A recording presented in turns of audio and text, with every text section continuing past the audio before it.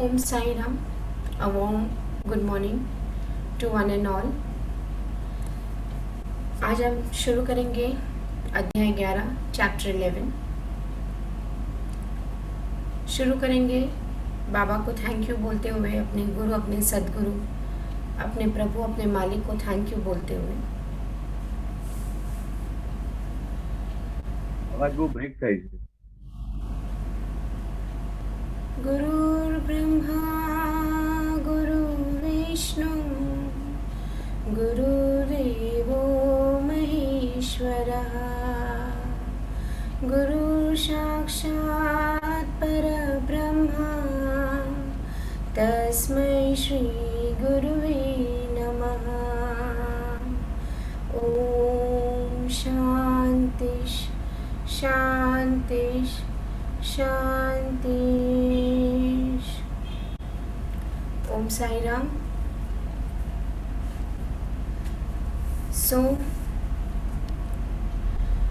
शुरू करते हैं आज का अध्याय 11 चैप्टर 11, जिसके बारे में हम जानेंगे सगुण ब्रह्मा श्री साई बाबा, डॉक्टर पंडित द्वारा पूजन, हाजी सिद्दीकी फाल्के तथा तत्वों पर नियंत्रण। छोटा सा अध्याय है आज का। इसमें सगुण और निर्गुण जो होता है, यानी कि मैनिफेस्टेशन, यानी कि मैनिफेस्टेटेड और अनमैनिफेस्टेटेड रूप के बारे में यहाँ पे जानकारी दी गई है। सगुण मतलब क्या और निर्गुण मतलब क्या? निर्गुण यानी कि जिसका कोई आकार नहीं होता है, जिसको हम देख नहीं पाते हैं, जो हमें पता नहीं होता है वो कैसा है, किस तरह से है।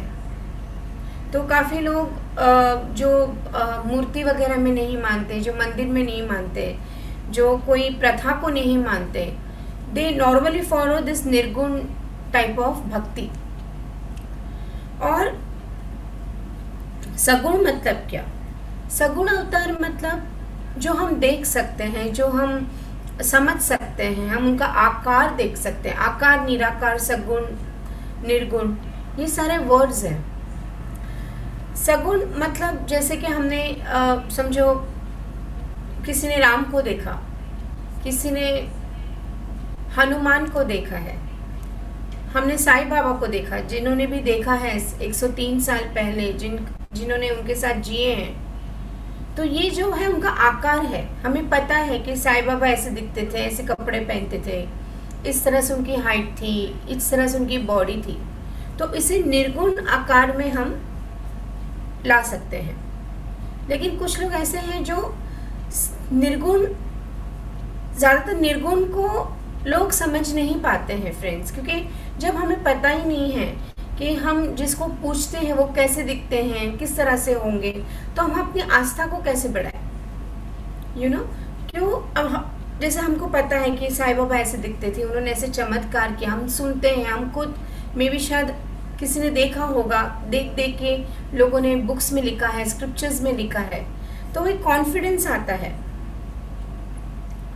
लेकिन जो व्यक्ति को ही अगर हमने नहीं देखा, जिस आकार को ही हमने नहीं जाना, नहीं समझा, तो उसकी भक्ति कैसे करें? तो यहाँ पे ये दिया गया है, हिमांड पंथ हमें क्या कहते हैं कि निर्गुण और सगुण दोनों ही आकार में हमें पूजना है हमारे मालिक को, हमारे भगवान को। लेकिन जब तक हमारे पास एक छवि नहीं रहती है, एक आकृति नहीं रहती है, तब तक वो डिवोशन भी नहीं आता है। It is like a blind devotion.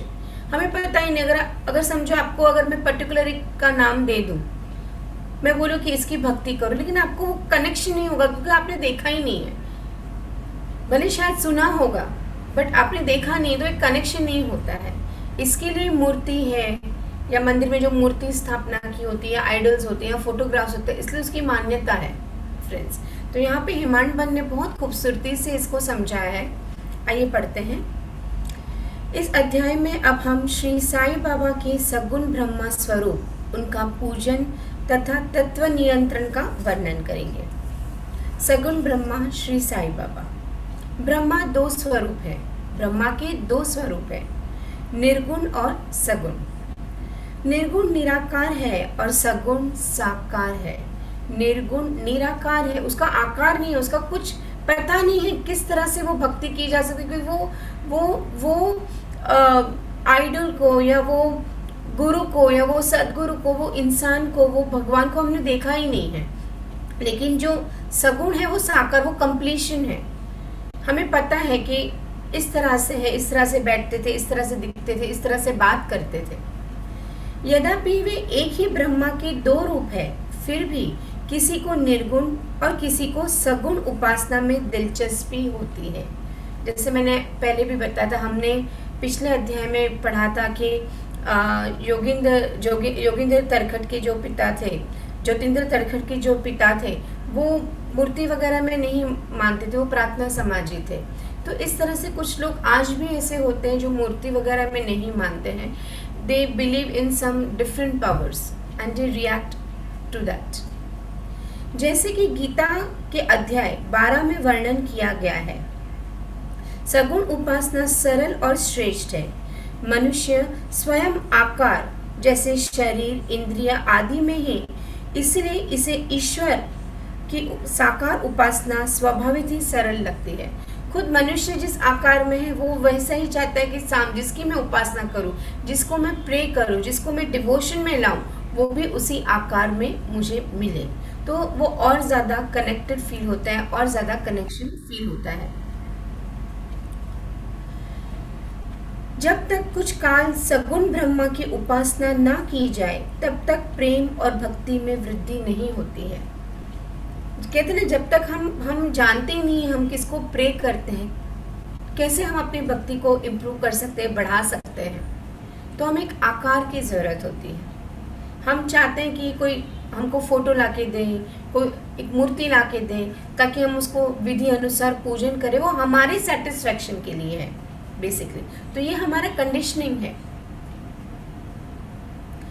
सगुण उपासना में जैसे जैसे हमारी प्रगति होती जाती है, हम निर्गुण ब्रह्मा की ओर अग्रसर होते जाते हैं।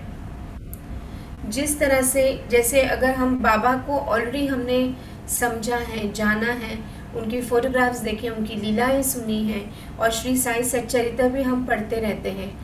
अगर आप सोचिए, अभी आपको ज़रूरत नहीं पड़ती है समझने की कि बाबा कैसे हैं। बाबा का अगर फोटो भी आपके सामने नहीं होगा, बाबा की मूर्ति भी आपके सामने नहीं होगी, फिर भी आप वो कनेक्ट कर सकते हो, क्योंकि इतने समय से आप उनसे कनेक्टेड हो। तो इसके लिए यहाँ पे कहते हैं कि सगुण उपासना से ही श्री गणेश करना अति उत्तम है। जब तक हम सगुण उपासना से या आइडल या फोटोग्राफ से हम अपना भक्ति स्टार्ट नहीं करते, तब तक वो कॉन्फिडेंस, वो कनेक्शन फील नहीं होता, और यही उत्तम तरीका होता है। मूर्ति, वेदी, अग्नि, प्रकाश, सूर्य, जल और ब्राह्मण आदि सप्त उपासना की वस्तुएं होते हुए भी सद्गुरु ही इन सब में श्रेष्ठ है। सब में सद्गुरु की श्रेष्ठता का यहाँ पे बखान किया हुआ है।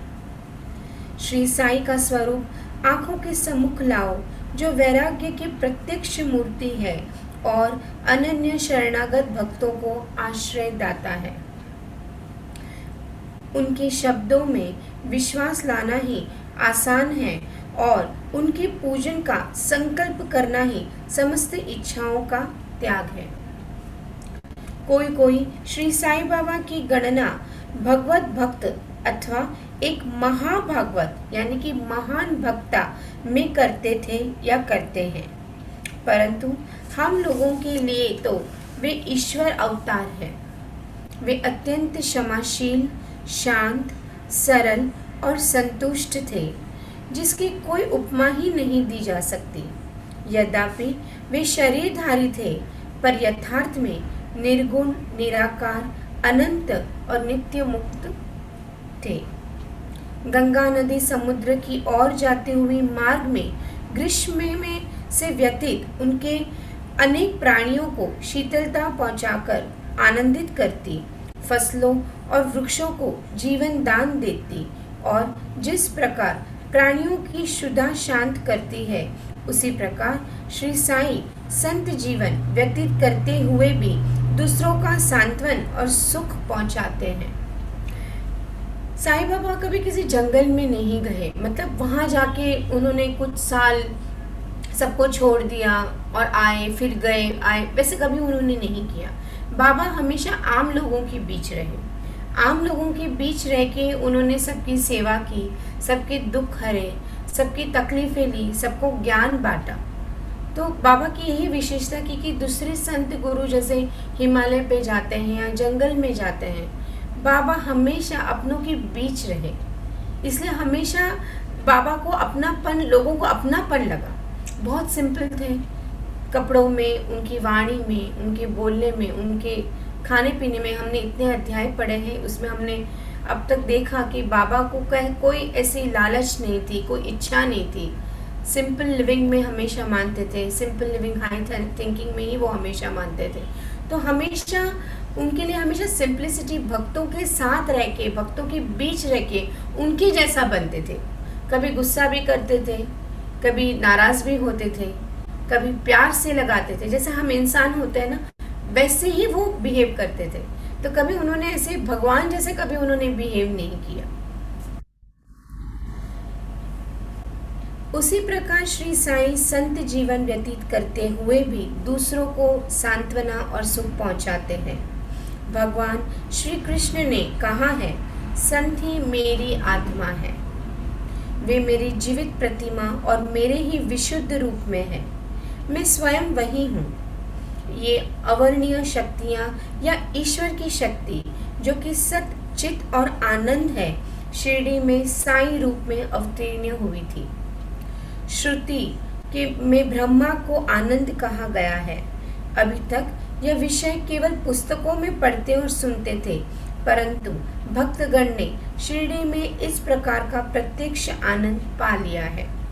बाबा सबके आश्रयदाता थे, उन्हें किसी की सहायता की आवश्यकता न थी। उनके बैठने के लिए भक्तगण एक मुलायम आसन और एक बड़ा तकिया लगा देते थे। बाबा भक्तों के भावों का आदर करते और उनकी इच्छा अनुसार पूजा निधि करने देने में किसी प्रकार की आपत्ति ना करते थे। कोई इत्तर और चंदन लगाते, कोई सुपारी, पान और अन्य वस्तुएं भेंट करते और कोई नैवेद्य ही अर्पित करते थे। यद्यपि ऐसा जान पड़ता था कि उनका निवास स्थान शिरडी में है, परंतु वे तो सर्वव्यापक थे। इसका भक्तों ने नित्य प्रति अनुभव किया है। ऐसे सर्वव्यापक गुरु देव के चरणों में मेरा बार बार नमस्कार है। अभी हम जानते हैं कि किस तरह से बाबा भक्तों के भाव देख के उनको अनुभव कराते थे। तो आगे एक बहुत खूबसूरत सा अनुभव हम पढ़ेंगे। डॉक्टर पंडित जो थे, उनकी भक्ति कैसी थी और बाबा ने उनकी भक्ति को कैसे अपनाया, वो आगे हम श्रवण करेंगे। डॉक्टर पंडित की भक्ति। एक बार श्री तात्या नुलकर के मित्र डॉक्टर पंडित बाबा के दर्शनार्थ शिरडी पधारे। बाबा को प्रणाम कर वे मस्जिद में कुछ देर तक बैठे। बाबा ने उन्हें श्री दादा भट्ट केलकर के पास भेजा, जहाँ पर उनका अच्छा स्वागत हुआ। फिर दादा भट्ट और डॉक्टर पंडित एक साथ पूजन के लिए मस्जिद पहुँचे। दादा भट्ट ने बाबा का पूजन किया। बाबा का पूजन तो प्राय सभी किया करते थे, परंतु अभी तक उनके शुभ मस्तक पर चंदन लगाने का किसी ने भी साहस ना किया था। केवल एक मालसापति ही थे जो उनके गले में चंदन लगाया करते थे। डॉक्टर पंडित ने पूजन की थाली में से चंदन लेकर बाबा के मस्तक पर त्रिपुंडकार लगाया। लोगों ने महान आश्चर्य से देखा कि बाबा ने एक शब्द भी नहीं कहा। संध्या समय दादा भट्ट ने बाबा से पूछा, क्या कारण है कि आप दूसरों को तो मस्तक पर चंदन नहीं लगाने देते, परंतु डॉक्टर पंडित को आपने कुछ भी नहीं कहा। बाबा कहने लगे, डॉक्टर पंडित ने मुझे अपने गुरु श्री रघुनाथ महाराज धोपेश्वरकर, जो कि काका पुराणिक के नाम से प्रसिद्ध है, के ही समान समझा और अपने गुरु को वो जिस प्रकार चंदन लगाते थे उसी भावना से उन्होंने मुझे चंदन लगाया। तब मैं कैसे रोक सकता था?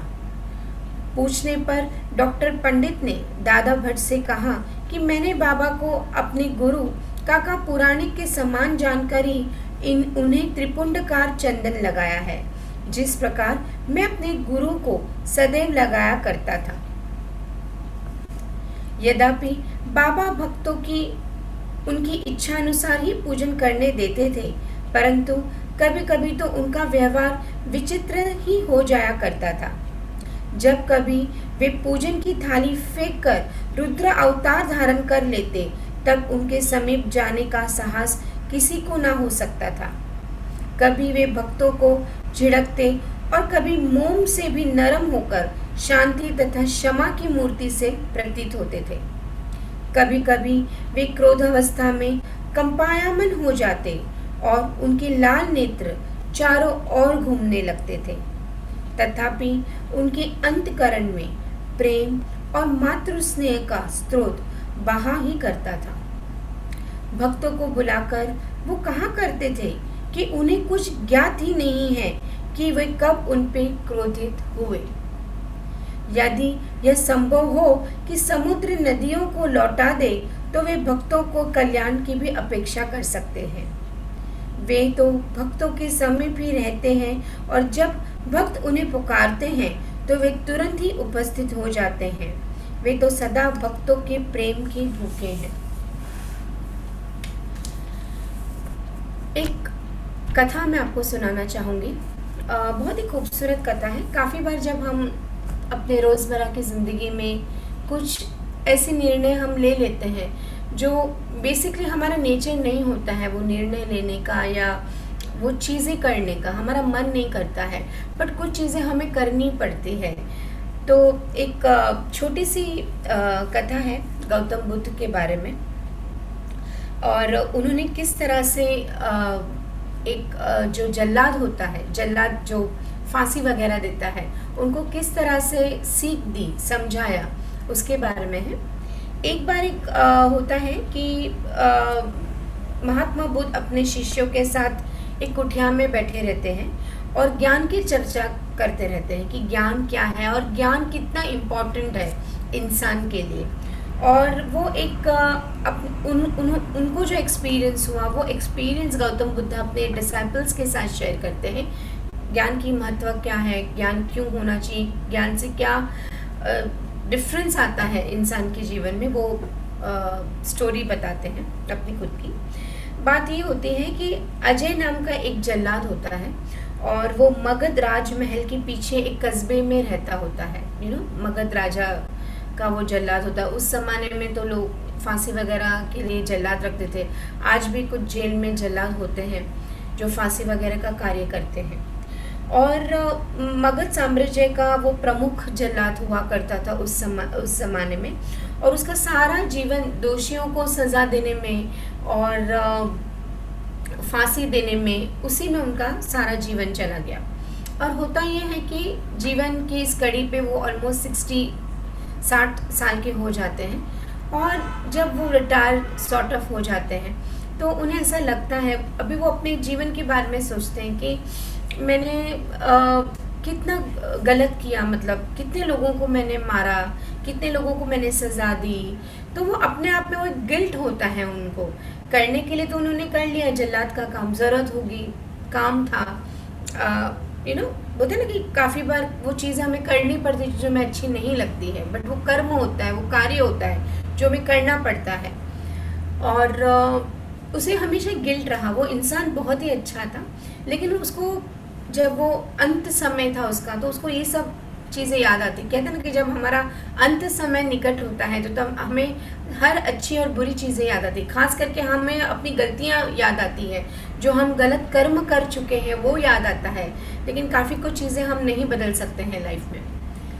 तो होता ये है कि वो बहुत ही दुखी होता है, लेकिन वो दिल का बहुत अच्छा होता है, वो भक्तिमय होता है।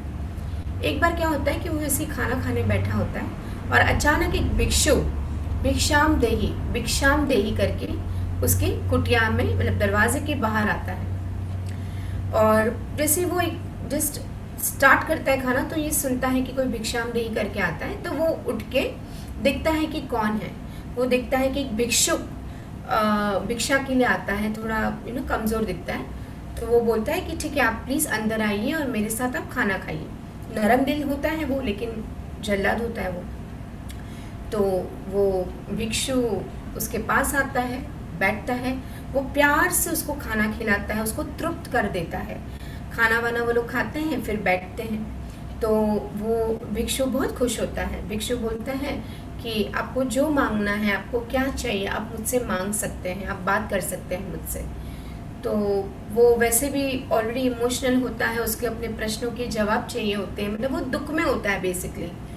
तो वो भिक्षु को बोलते हैं कि मैंने सारा जीवन जल्लाद का काम किया है प्रभु, और मैंने कितने लोगों को फांसी दी, कितने लोगों को सज़ा दी।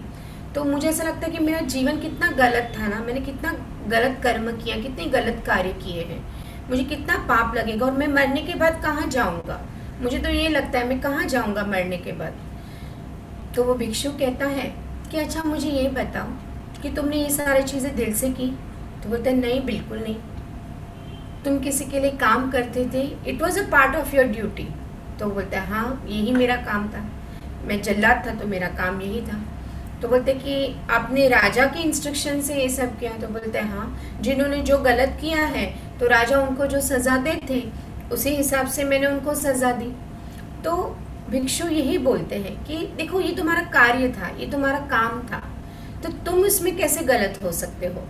तुम्हें जो कार्य सौंपा गया, तुम्हें जो काम सौंपा गया है, वो काम को तुमने निभाया है। तुम जल्लाद थे, तो जल्लाद का काम ही होता है कि दोषियों को सज़ा देना। तो तुमने वो कर्म किया, तुमने वो काम किया, उसमें कोई गलत नहीं है। जिस तरह से सिपाही बैटलफील्ड में या अपने जो आर्मी में होते हैं, जो सिपाही जिस तरह से अपने दुश्मनी देश के सामने लड़ते हैं और उनके सिपाहियों को मारते हैं, तो वो लोग खूनी नहीं हो जाते, वो लोग काम अपना कर रहे हैं, वो अपना कर्म कर रहे हैं। अपने सिपाही जब दूसरे देशों के सिपाहियों को मारते हैं, जब वो उन पे हमला करते हैं, तो उनका कार्य होता है उन्हें मारना, ये कर्म है, ये कर्म का पार्ट है। तो तुम अपने आप को क्यों दोषी देते हो? तुमने भी वही कर्म किया है, तुमने अपना काम बखूबी से, ईमानदारी से निभाया है, लेकिन उसी के साथ तुमने अपने मानव जीवन का जो कर्म है वो भी बखूबी से निभाया है। जैसे आज तुमने मुझे खाना खिलाया है, प्यार से, सद्भावना से, कंपैशन से, इस तरह से तुमने पूरे जीवन में अच्छे कर्म भी किए जो तुम्हें अच्छे लगते थे, तो तुम कैसे दोषी हो सकते हो? और इसी के साथ उसे धम्म उपदेश इस उपदेश given by Gautam Buddha. Okay, तो उसको धम्म उपदेश दिया जाता है, उन्हें जल्लाद को बहुत अच्छे से समझाया जाता है, बहुत अच्छे से समझाते हैं, और वो बातें सुन के, वो उपदेश सुन के वो इतने तृप्त हो जाते हैं कि वो अपना प्राण त्याग देते हैं और उन्हें स्वर्ग मिलता है। ये बात कह के गौतम बुद्धा पूछते हैं अपने डिसाइपल से, इससे क्या सीख मिली, इससे तुम लोग क्या सीखे? तो उनके डिसाइपल्स बोलते हैं कि ये बहुत बड़ी बात है कि एक सही गाइडेंस, एक सही बात, एक सही ज्ञान इंसान की थिंकिंग को कितना बदल देती है। गौतम बुद्धा कहते हैं कि यही बात है कि जब इंसान का मन शांत होता है और जो गाइडेंस, जो ज्ञान उसको मिलता है, वो प्राप्त करने की भी शक्ति होनी चाहिए। हम डे टू डे में हम इतना कुछ सुनते हैं, हम इतना कुछ पढ़ते हैं, हम इतना ज्ञान, हम देखा जाए तो अभी तो ज्ञान तो हर जगह बट रहा है। देखा जाए तो व्हाट्सएप पे भी हमें ज्ञान मिलते हैं, अच्छे अच्छे मोटिवेशनल स्टोरीज मिलते हैं, कोई अच्छा अच्छा बहुत लिख के देता है, बट वो ज्ञान हम कितना लेते हैं और वो ज्ञान लेके हम कितना वो अप्रूव करते हैं, कितना हम अपनी लाइफ में लाते हैं। तो ये कहानी, ये कथा हमें क्या बताती है फ्रेंड्स, कि जब हमारा मन शांत होता है तब हम वो ज्ञान को ग्रहण कर सकते हैं, और वो ज्ञान को ग्रहण, सही ज्ञान जो होता है, अगर वो हमने सही वक्त पे, सही समय पे ग्रहण कर लिया और उसको अपने अपनाया, तो हमें भी लाइफ में अच्छी सद्गति मिल सकती है। तो जब हम ये कोई भी गीता पढ़ते हैं, बाइबल पढ़ते हैं, कुरान पढ़ते हैं, या साई सच्चरित्र, कोई भी अच्छी सी स्क्रिप्चर्स पढ़ते हैं, पोथी पढ़ते हैं, इससे क्या होता है, हमारी ज्ञान की वृद्धि बढ़ती है। बट ये भी इम्पोर्टेंट है कि हम कितना ले सकते हैं। जैसे बाबा कहते हैं ना, साईं बाबा, कि मेरा तो भंडारा खुला है, मेरा आध्यात्मिक भंडारा तो सबके लिए खुला है, जितना चाहिए उतना ले जाओ। जो माई का लाल है, जिसने माँ का दूध पिया, वो जितना ले सकता उतना ले जाओ। लेकिन तकलीफ ये होता है कि कोई लेना नहीं रेडी है। लोगों को सिर्फ मटेरियलिस्टिक चीज़ें चाहिए होती है, अच्छा हेल्थ, अच्छी जॉब, अच्छा बिजनेस, पैसा, रिलेशनशिप। लेकिन जो आध्यात्मिक ज्ञान जो मैं बांटने बैठा हूँ, वो किसी को जल्दी से लेना नहीं होता है। तो ये ज्ञान की बातें हैं फ्रेंड्स। तो एक छोटी सी कहानी थी, सोचा शेयर करूँ। अब आगे पढ़ते हैं। आगे हम पढ़ेंगे हाजी सिद्दीक फाल्के। अब ये जो हाजी सिद्दीक फाल्के जो थे, बहुत ही कहते ना कि गुणी व्यक्ति थे, गुणित व्यक्ति थे। साथ ही में ना उनको एक प्राइड था, एक अभिमान भी था उनकी नॉलेज का, ज्ञान का। देखो, ज्ञान के अलग अलग रूप होते हैं। आप ज्ञान जो लेते हो उसको किस तरह से यूज़ करते हैं, किस तरह से आप अपने अनुभव में लाते हैं, वो भी बहुत इम्पोर्टेंट है। तो यहाँ पे मैंने आपको एक कथा सुनाई कि किस तरह से एक जल्लाद ने ज्ञान को लेके मोक्ष की प्राप्ति की। और यहाँ पे अब हेमांत पंत हमें बताते हैं कि किस तरह से एक बहुत अच्छा डिवोटी, एक अच्छा ज्ञानी, लेकिन किस तरह से उन्होंने अपना ज्ञान का यूज़ किया, वो हम श्रवण करेंगे। हाजी सिद्दीक फाल्के। यह कोई नहीं कह सकता था कि कब श्री साईं बाबा अपने भक्तों को अपना कृपा पात्र बना लेंगे। यह उनकी इच्छा पर निर्भर था। हाजी सिद्दीक फाल्के की कथा इसी का उदाहरण है। कल्याण निवासी एक यव्वन, जिनका नाम सिद्दीक फाल्के था, मक्का शरीफ का हज करने के बाद शिरडी आए। वे चावड़ी में उत्तर की ओर रहने लगे। वे मस्जिद के सामने खुले आंगन में बैठा करते थे। बाबा ने उन्हें 9 माह तक मस्जिद में प्रविष्ट होने की आज्ञा न दी और ना ही मस्जिद की सीढ़ी चढ़ने दी। अब वो हज में जा चुका था, हज से आया था, 9 महीने से वो ट्राई कर रहा था कि वो बाबा के पैर पड़े या बाबा के दर्शन ले, लेकिन बाबा ने उन्हें 9 महीने तक अलाउ नहीं किया। फाल्के बहुत निराश हुए और कुछ निर्णय ना कर सके कि कौन सा उपाय काम में लाए। लोगों ने उन्हें सलाह दी कि आशा ना त्यागो। श्यामा श्री साईं बाबा का अंतरंग भक्त है, तुम उनके ही द्वारा बाबा के पास पहुंचने का प्रयत्न करो। जिस प्रकार भगवान शंकर के पास पहुंचने के लिए नंदी के पास जाना आवश्यक होता है, उसी प्रकार बाबा के पास भी श्यामा के द्वार ही जाना पहुंचना चाहिए। फाल्के को यह विचार उचित प्रतीत हुआ और उन्होंने श्यामा से सहायता की प्रार्थना की। श्यामा ने भी आश्वासन दे दिया और अवसर पाकर वे बाबा से इस प्रकार बोले कि श्यामा तो बहुत ही क्लोज था, बाबा से मजाक मस्ती भी किया करता था, लेकिन बाबा ने कभी श्यामा की बात का कभी बुरा नहीं माना। हमेशा उसको प्यार से अपना समझ के अपने बच्चे के समान ही प्यार किया है, समझाया है, अपनाया है। और किस तरह से वो बाबा से बात करते हैं वो हम पढ़ते हैं। बाबा, आप उस बूढ़े हाजी को मस्जिद में किस कारण नहीं आने देते? अनेक भक्त स्वेच्छा पूर्वक अपने दर्शन को आया जाया करते हैं, कम से कम एक बार तो उसे आशीष दे दो। रिक्वेस्ट करता है श्यामा कि एक बार तो उसको बुला लो, कितने लोग आते हैं आपके दर्शन के लिए, आपने अभी तक उसको नहीं बुलाया, क्या कारण है? बाबा बोलते हैं, श्यामा तुम अभी नादान हो। यदि फकीर, यहाँ पे फकीर यानी कि अल्लाह मालिक को बताया गया है, यदि फकीर अल्लाह नहीं आने देता तो मैं क्या करूं? उनकी कृपा के बिना कोई भी मस्जिद की सीढ़ियां नहीं चढ़ सकता। अच्छा, तुम उससे पूछ आओ कि क्या वो 12वीं कुएं की निचली पगडंडी पर आने को सहमत है। अब बाबा अपना लीला दिखाते हैं। बाबा कहते हैं ठीक है, चलो अभी इसको जाओ, उसको बोलो कि कुएं की जो 12th सीढ़ी होती है, क्योंकि कुएं के अंदर जाने के लिए भी सीढ़ियाँ होती हैं, तो 12वीं पगडंडी पे वो आके मुझे मिलेगा कुएं में। बोलते श्यामा को बोलते जाओ उसको पूछ के आओ। अब श्यामा स्वीकारात्मक उत्तर लेकर पहुंचे। श्यामा बोलते हाँ वो रेडी है आपसे 12वीं पगडंडी पे मिलने के लिए, कुएं के अंदर वो मिलने के लिए वो रेडी है। फिर बाबा ने पुनः श्यामा से कहा कि उससे फिर पूछो कि क्या वो मुझे 4 किश्तों में 40,000 रुपए देने को तैयार है।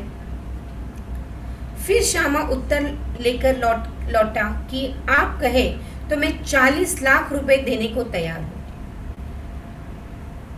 वो हाजी भी बोलता है कि वो कहते तो मैं 40 लाख रुपए देने को तैयार हूँ। मैं मस्जिद में एक बकरा हलाल करने वाला हूँ, उससे पूछो कि उसे क्या रुचिकर होगा, बकरे का मांस, नांद या अंडकोश। श्यामा यह उत्तर लेकर लौटा कि यदि बाबा के भोजन पात्र में से एक ग्रास भी मिल जाए तो हाजी अपने आप को सौभाग्यशाली समझेगा। यह उत्तर पाकर बाबा उत्तेजित हो गए और उन्होंने अपने हाथ से मिट्टी का बर्तन यानी कि पानी की जो गागर होती है वो उठाकर फेंक दी और अपनी कफनी उठाए हुए सीधे हाजी के पास पहुंचा। वो उनसे कहने लगा कि व्यर्थ ही नमाज क्यों पढ़ते हो, अपनी श्रेष्ठता का प्रदर्शन क्यों करते हो, यह वृद्ध हाजियों के समान वेशभूषा तुमने क्यों धारण की है, क्या तुम कुरान शरीफ का इसी प्रकार पठन करते हो, तुम्हें अपने मक्का हज का अभिमान हो गया है परंतु तुम मुझसे अनभिज्ञ हो। बाबा जानते थे कि उसे एक अभिमान हो गया था, उसको प्राउड हो गया था कि वो इतना कुछ जानता है, उसको कुरान शरीफ इतनी कंठस्थ है, उसको याद है, वो इतना कुछ पढ़ चुका है, वो हज तक जा चुका है। एक अभिमान था। काफ़ी लोगों से सुना है ना कि हमने मानसरोवर की यात्रा की, हमने 4 धाम की यात्रा की है, हमने गिरनार चढ़ा है। बोलने में कोई प्रॉब्लम नहीं, लेकिन जब वो बोलने में एक अभिमान आता है वहाँ पे प्रॉब्लम है फ्रेंड्स। जब हम कोई भी ग्रंथ पढ़ते हैं या कुछ भी हम साधना करते हैं या सेवा करते हैं तो हमें उस अभिमान से नहीं बोलना है।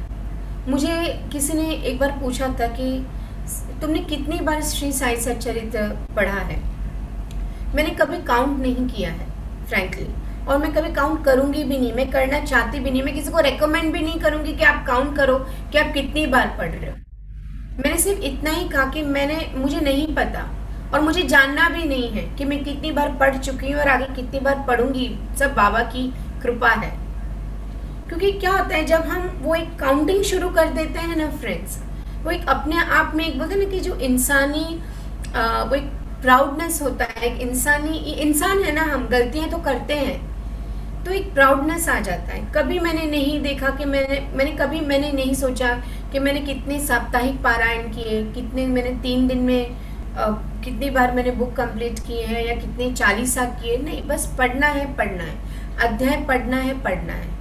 तो वो अपने आप को ईगो हर एक में होता है, मुझ में भी है, आप में भी, हर एक में ईगो है, इंसानी ईगो रहेगा। लेकिन वो ईगो को किस हद तक रखना है फ्रेंड्स, वो भी हमें समझना चाहिए। हमें अपना ईगो हमेशा चेक करते रहना चाहिए ताकि हम वो ईगो में अपनी जो मूल चीज़ है, अपनी जो आत्मा है, उसको हम भ्रमित ना कर दे, हम अपने आप को भ्रमित ना कर दे, एक माया के जाल में ना फंस जाए। कोई बड़ी बात नहीं होती है अगर हम 40 करते हैं या साप्ताहिक पारायण करते हैं या रोज पारायण करते हैं या 5 बजे उठ के पारायण करते हैं, कोई बड़ी बात नहीं है। ये सिर्फ भक्ति का एक रूप है फ्रेंड्स। इसको बड़ा मत बताइए, बड़ा मत समझिए, कुछ नहीं। ये मौका दे, और ये मौका भी देता है वो बाबा देते हैं मौका। तब हम और आप बैठ के ये पढ़ सकते हैं, ये ग्रहण कर सकते हैं। मैंने पहले भी बताया कि कोइंसिडेंस नहीं है फ्रेंड्स कि हम श्री साई सच्चरित्र पढ़ते हैं। काफ़ी पार्टिसिपेंट्स ऐसे भी हैं जो शायद साईं बाबा को इतना नहीं मानते, फिर भी वो सुनते हैं। अच्छा, काफ़ी लोग ऐसे भी हैं जो बाबा को बहुत मानते हैं लेकिन अटेंड नहीं कर सकते, what ever may be the reason. तो अगर आज हम ये अटेंड कर रहे हैं तो ये बाबा की वजह से ही है, बाबा ने ही हमें ब्लेसिंग दी है। तो कभी वो अभिमान है, कभी वो ईगो ना आए हम में कि हम इतना कुछ करते हैं। ये तो कुछ भी नहीं है, ये तो शुरुआत है। आगे जैसे जैसे हम और आगे बढ़ेंगे, हमारे भक्ति भाव को और हमें बढ़ाना है। तो बाबा ये समझ जाते जाते हैं कि हाजी को बहुत अभिमान हो जाता है, हाजी को बहुत एक अपना, तो वो सिखा, इंसान अच्छा होता है लेकिन जब इंसान को ईगो आ जाता है ना तो वो एक अलग दुनिया में पहुंच जाता है। तो बाबा वो ईगो तोड़ना चाहते थे, इसके लिए बाबा ने उसको इतने टाइम तक अलाउ नहीं किया, मालिक ने उनको इतने टाइम तक अलाउ नहीं किया और बाबा खुद जाके उनके पास गए ताकि वो उनका ईगो ब्रेक कर सके, उन्हें समझा सके तूने किया, अच्छा किया, हज की यात्रा की, बहुत अच्छा है, बहुत पुण्य का काम किया, बहुत पुण्याई तुम सोल हो, बट इसका अभिमान मत करो। इस प्रकार डांट सुनकर हाजी घबरा गया। बाबा मस्जिद को लौट आए और कुछ आमों की टोकरियां खरीदकर हाजी के पास भेज दी। वे स्वयं भी हाजी के पास गए और अपने पास से 55 रुपीज़ 55 रुपये निकालकर हाजी को दिए। उस वक्त 55 रुपीज़ बहुत बड़ी अमाउंट थी। इसके बाद से ही बाबा हाजी से प्रेम करने लगे तथा अपने साथ भोजन करने को भी बुलाने लगे। अब हाजी भी अपनी इच्छा अनुसार मस्जिद में आने जाने लगा। कभी कभी बाबा उन्हें कुछ रुपए भी भेंट दे दिया करते थे। इस प्रकार हाजी बाबा के दरबार में सम्मिलित हो गए। देखिए फ्रेंड्स, बाबा का प्यार, डांटते भी थे, गुस्सा भी करते थे और इतना प्यार भी करते थे। अब हम पढ़ते हैं बाबा के तत्वों पर नियंत्रण। बाबा किस तरह से कंट्रोल करते थे, नियंत्रण करते थे, जो भी तत्व थे, तत्व यानी कि अग्नि, आकाश, उसके बारे में बताया गया है। बाबा के तत्व नियंत्रण की 2 घटनाओं के उल्लेख के साथ ही यह अध्याय समाप्त हो जाएगा। सबसे पहला, एक बार संध्या समय शिरडी में भयानक झांझवत आया। आकाश में घने और काले बादल छाए हुए थे। पवन झोंकर रहा था, बादल गरज रहे थे और बिजली चमक रही थी। मूसलाधार वर्षा प्रारंभ हो गई। जहां देखो वहां जल ही जल दृष्टिगोचर होने लगा। सब पशु पक्षी और शिरडी वासी अधिक भयभीत होकर मस्जिद में एकत्रित हुए। शिरडी में देवियां तो अनेक है, परंतु उस दिन शायद हर तीर्थ कोई न आए। इसलिए सभी ने अपने भगवान साईं से, जो भक्ति के ही भूखे थे, संकट निवारण करने की प्रार्थना की। बाबा को भी दया आ गई और वे बाहर निकल आए। मस्जिद के समीप खड़े होकर उन्होंने बादलों की ओर दृष्टि कर गरजते हुए शब्दों में कहा कि बस शांत हो जाओ। कुछ समय के बाद ही वर्षा का जोर कम हो गया और पवन मंद पड़ गई तथा आंधी भी शांत हो गई। आकाश में चंद्रदेव उदित हो गए। तब सब लोग अति प्रसन्न होकर अपने अपने घर लौट आए। और एक तत्व के बारे में यहाँ पे बात की गई है। एक अन्य अवसर पर माध्य के समय धूनी की अग्नि इतनी प्रचंड होकर जलने लगी कि उसकी लपटें ऊपर छत तक पहुंचने लगी। मस्जिद में बैठे हुए लोगों की समझ में ना आता था कि जल डालकर अग्नि शांत कर दे अथवा कोई अन्य उपाय काम में लावे। बाबा से पूछने का साहस भी कोई कर ना पा रहा था, परंतु बाबा श्रीक परिस्थितियों को जान गए। उन्होंने अपना सटका उठाकर सामने के खंबे पर बलपूर्वक प्रहार किया और बोले, नीचे उतरो और शांत हो जाओ। उन्होंने अग्नि को बताया कि नीचे उतरो और शांत हो जाओ। सटके की प्रत्येक ठोकर पर लपटें कम होने लगी और कुछ ही मिनटों में ही धूनी शांत और यथापूर्वक हो गई। श्री साईं ईश्वर के अवतार है। जो उनके सामने नत होकर उनको शरणागत होगा, उस पर वे अवश्य कृपा करेंगे। जो भक्त इस अध्याय की कथाएं प्रतिदिन श्रद्धा और भक्ति पूर्वक पठन करेगा, उसका दुखों से शीघ्र ही छुटकारा हो जाएगा। केवल इतना ही नहीं, वरन उसे सदैव श्री साईं चरणों का स्मरण बना रहेगा और उसे अल्पकाल में ही ईश्वर दर्शन की प्राप्ति होकर उसकी समस्त इच्छाएं पूर्ण हो जाएंगी और इस प्रकार वो निष्काम बन जाएगा। इसी के साथ अध्याय 11वां यहाँ समाप्त होता है। बट समाप्त होने से पहले एक छोटी सी मज़ेदार सी कहानी आपके साथ शेयर करूँगी और आज का हम ये सेशन हम कंप्लीट करेंगे। ये कहानी है, ये मुझे व्हाट्सएप पे आई थी तो मैंने सोचा मैं आज सेशन में लूँ, मुझे बहुत अच्छी लगी। एक लड़का था, 22-23 साल का, गरीब लड़का था, लेकिन मेहनत तो था, काम करता था, दिल का अच्छा था। वो अपने सेठ के यहाँ पे काम करता था और बहुत मुश्किल से उसका गुजारा होता था। तो क्या करता था, सेठ से उसको जो थोड़ा बहुत मिलता था उससे वो सिर्फ 4 रोटी तक वो अफोर्ड कर सकता था। तो वो रोज़ क्या करता था, 4 रोटियां बनाता था, बना के काम पे चला जाता था और जैसे ही शाम को काम से लौट के आता था तो दिखता था 1 रोटी तो गायब होती थी। ये सिलसिला रोज़ होता था। एक बार उसे लगा ये 1 रोटी गायब कहाँ हो जाती है, मुझे देखना पड़ेगा। तो एक बार वो देखता है कि एक मोटा सा चूहा वो चुपके से वो 1 रोटी लेके रोज़ निकल जाता है। एक बार होता है कि वो फिर उस चूहे को, वो लड़का वो चूहे को पकड़ लेता है। तो बोलता है मैं इतनी मेहनत से कमाता हूँ, इतना काम करता हूँ, तब जाके 4 रोटी मैं अपने लिए बना पाता हूँ और तो उसमें से रोज़ 1 रोटी तो लेके उठा के लेके जाता है, ऐसे कैसे हो सकता है। तो वो बोलता है अरे मुझे तुम छोड़ दो, उसमें क्या हुआ, ये तो मेरे नसीब में है, इसके लिए मैं लेके जाता हूँ। तो बोलते तेरा नसीब कैसा, मेरी मेहनत है, मैं मेरे लिए बनाता हूँ, तुम कैसे लेके जा सकते हो। तो वो आर्ग्यू करता है तो मेरा नसीब में, मैं अपने नसीब का खाता हूँ, तो अपने नसीब का खाता है। तो वो समझ नहीं पाता कि क्या बोल रहा है। तो बोलता है कि मुझे समझ नहीं पा रहा है। तो बोलता है एक काम कर, वो बोलता है कि एक व्यक्ति जो है वो तुम्हारा इसका आंसर तुम्हें वो दे सकता है, वो है गौतम बुद्धा। तो बोलते तुम यहाँ है वो, तुम वहाँ जाके उनसे ये प्रश्न का जवाब लेके आओ। तो वो बोलता है ठीक है मैं जवाब लेके आता हूँ, क्योंकि वो बहुत फ्रस्ट्रेटेड हो जाता है। होता यूँ है कि वो अपने फिर मालिक को बोलता है कि मुझे 5 दिन की छुट्टी चाहिए और मुझे कुछ काम है। मालिक बोलता है ठीक है कोई बात नहीं, ले लो तुम छुट्टी। और वो यात्रा पे निकल जाता है अपने प्रश्न के साथ कि ऐसे कैसे, मेहनत मैं कर रहा हूँ और खा वो रहा है, 1 रोटी ही तो 1 रोटी, लेकिन खा वो रहा है, ये प्रश्न का जवाब उसको चाहिए था। और वो निकल पड़ता है। निकलते निकलते रात हो जाती है, तो बहुत जंगल, बहुत घना जंगल होता है। तो वो देखता है कि हवेली सी सॉर्ट ऑफ होती है। तो बोलता है मैं आज रात को यहाँ पे मैं शरण ले लेता हूँ। वो जाता है और रात को वहाँ पे वो शरण वो नॉक करता है और देखता है तो एक बूढ़ी सी औरत दरवाज़ा खोलती है। तो वो बोलता है कि भाई माँ जी मुझे आज के दिन आप शरण दे दीजिए, मैं सुबह निकल जाऊँगा। तो वो बोलते ठीक है आ जाइए। फिर वो पूछते कि तुम इतनी रात को कहाँ निकले हो। तो बोलते हैं मैं गौतम बुद्धा के पास जा रहा हूँ मेरे प्रश्न को लेके, तो मुझे उसका आंसर चाहिए इसलिए मैं जा रहा हूँ, इसलिए मैं निकला हूँ। तो बोलता है ठीक है तुम अपना प्रश्न लेके जा रहे हो ना, मेरा भी एक प्रश्न लेके जाओ। तो बोलता है माँ जी बोलिए क्या है आपका प्रश्न। तो बोलता है मेरी बेटी 20 साल की हो गई है, अभी तक बात ही नहीं करती है, समझ में नहीं आ रहा है, सब वेद हकीम सब ट्राई किया लेकिन वो बात ही नहीं कर रही। तो प्लीज़ तुम जा रहे हो तो गौतम बुद्धा से पूछो ये बात कब करेगी, करेगी भी या नहीं करेगी। तो बोलता है ठीक है मैं आपका प्रश्न पूछ लूँगा। रात को वो शरण पाके सुबह निकल जाता है अपनी जर्नी पे।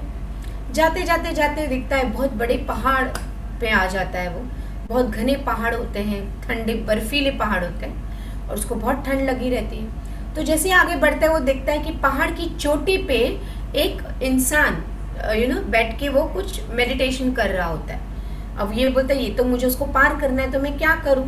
तो वो नीचे से वो रिक्वेस्ट करता है मैजिशियन को कि भाई मुझे पार करा दो। तो मैजिशियन बोलता है ठीक है आ जा। तो उसको मदद करता है ऊपर खींचने में।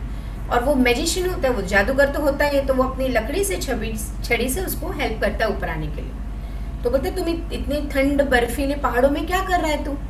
तो बोलता है अरे मैं एक प्रश्न है मेरा, उसको लेके मैं गौतम बुद्धा के पास जा रहा हूँ, मुझे प्रश्न का जवाब चाहिए। तो बोलते एक काम कर, तू जा रहा है ना तो मेरा भी प्रश्न लेके जा।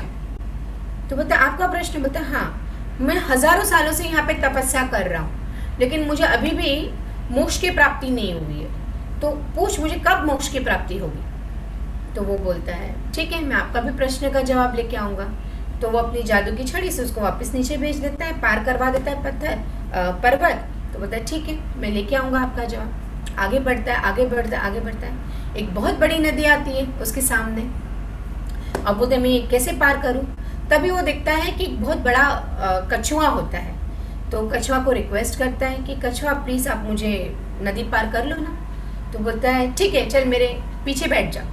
कछुए का तो जो कवच होता है वैसे भी वो कड़क होता है। तो बोलता है ठीक है मेरे पीछे बैठ जा, बड़ा सा। तो बोलता है ठीक है बैठ जा। तो वो बैठ के उसको बहुत बड़ी वो नदी पार करवा लेता है। तो वो पूछता है कि कहाँ जा रहा है तू इतनी नदी पार करके। तो बोलता है मैं गौतम बुद्धा के पास जा रहा हूँ मेरे प्रश्न का जवाब जानने। तो बोलता अच्छा ऐसा। तो एक काम करना, मेरा भी प्रश्न लेके जा तू, मेरे पास भी एक प्रश्न है। तो बोलता है ठीक है बोलो क्या है आपका प्रश्न। तो वो बोलता है कि मुझे 500 साल हो गए, मैं कब तक रहूँगा, मुझे ड्रैगन बनना है और मैं अभी भी कछुए के रूप में हूँ। तो गौतम बुद्धा से पूछना मैं कब ड्रैगन बनूंगा। तो बोलता है ठीक है मैं पूछ के आता हूँ। तो वो जाता है गौतम बुद्धा की सभा में जाता है, वो काफ़ी लोग होते हैं वहाँ पे।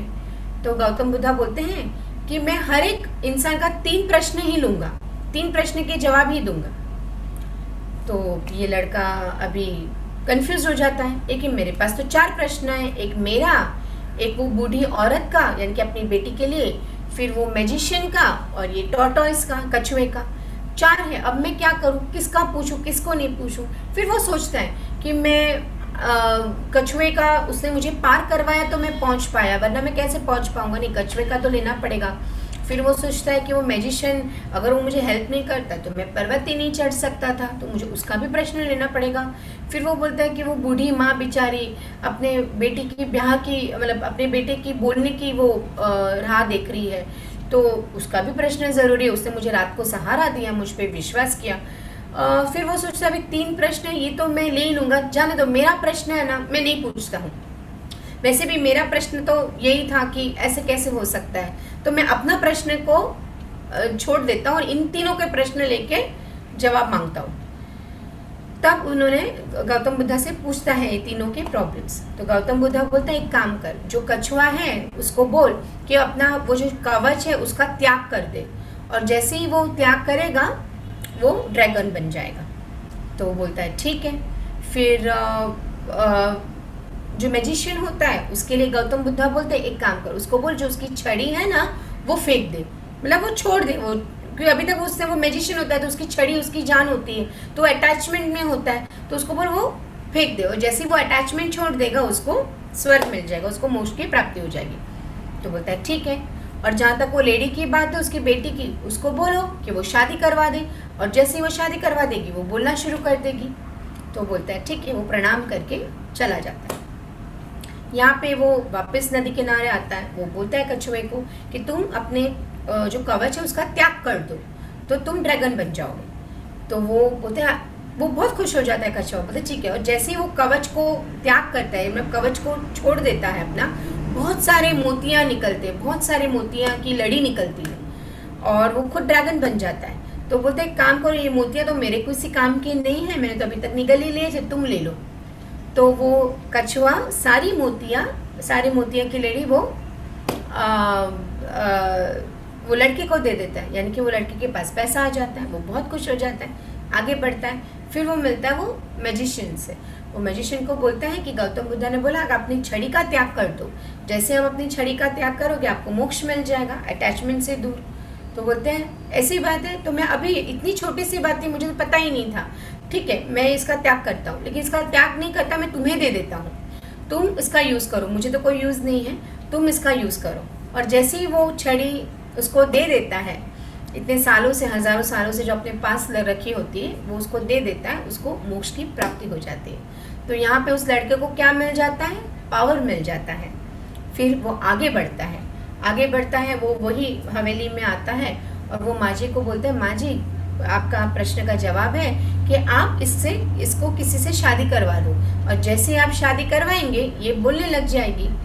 तो वो बूढ़ी औरत बोलती है, वो माँ बोलती है कि ऐसे कहा गौतम बुद्ध ने, तो एक काम करो ना, तुमसे अच्छा लड़का तो मेरी बेटी के लिए हो ही नहीं सकता, तो तुम ही मेरी बेटी से शादी कर लो।